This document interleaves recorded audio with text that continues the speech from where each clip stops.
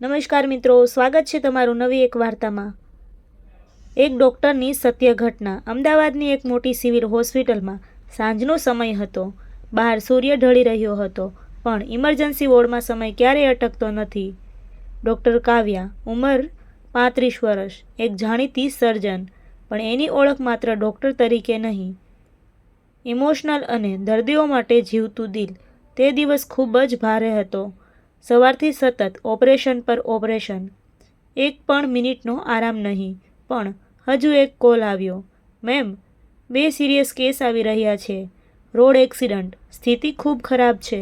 Doctor કાવ્યાએ તરત જ પોતાને તૈયાર કરી લીધું, કારણ કે એ જાણતી હતી આગળની થોડી મિનિટો કોઈની આખી જિંદગી નક્કી કરશે।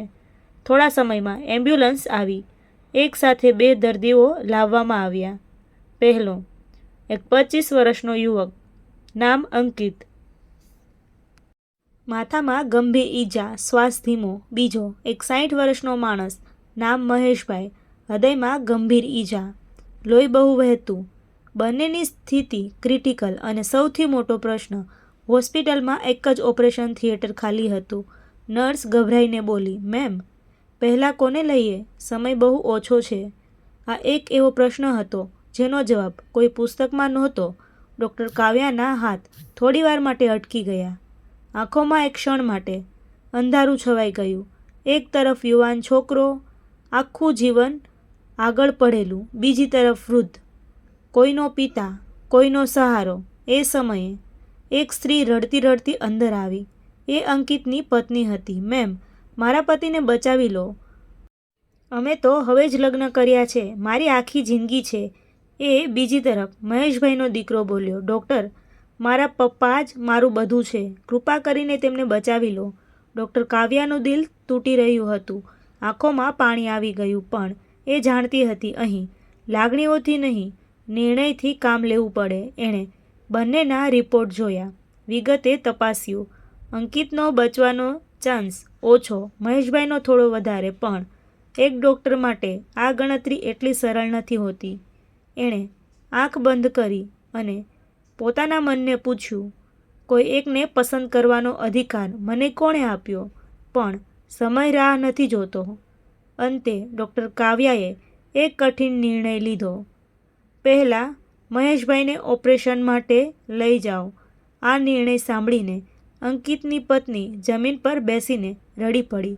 ડૉક્ટર કાવ્યાનું દિલ કાપી ગયું, પણ એ પોતાના નિર્ણય પર અડગ રહી। ઓપરેશન શરૂ થયું, ઘંટો સુધી ચાલ્યું, દરેક સેકન્ડમાં જીવ અને મરણ વચ્ચેની લડાઈ।